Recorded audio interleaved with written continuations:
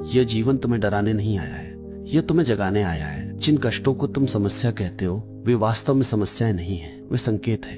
वे तुम्हारे द्वार पर इसलिए नहीं खड़ी होती कि तुम्हें तोड़ दे, बल्कि इसलिए कि तुम्हें निखार सके। जीवन एक कुशल शिल्पकार है, वह हथौड़े से ही मूर्ति बनाता है, बिना चोट के रूप नहीं आता। जब पीड़ा आए भागो मत, रुको, देखो, सुनो।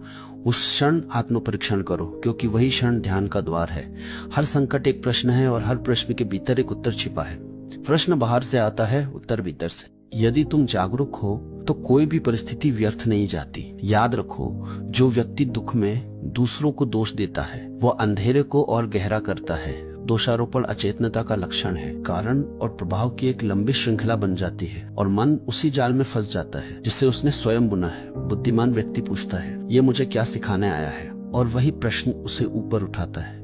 यह जीवन का अद्भुत नियम है। हर कठिनाई तुम्हें थोड़ा और जागरूक बनाने आती है।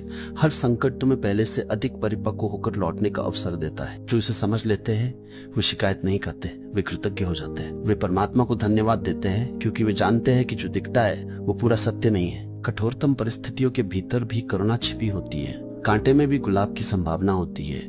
ज्ञानवान व्यक्ति संकट को भी प्रसाद की तरह स्वीकार करता है।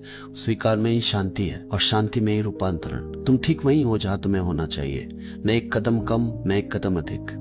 ये स्थान, ये भूमिका, ये परिस्थिति, ये सब तुम्हारे विकास के लिए बिल्कुल उपयुक्त है। यदि तुम इसे पूरी जागरूकता से जी लो तो अगला कदम अपने आप मिल जाएगा। जीवन में ऊंचाई मांगने से नहीं, योग्यता से मिलती है। परमात्मा का नियम अटल है, जो सीख लेता है वही आगे बढ़ता है, और जो धन्यवाद करता है वही मुक्त होता है।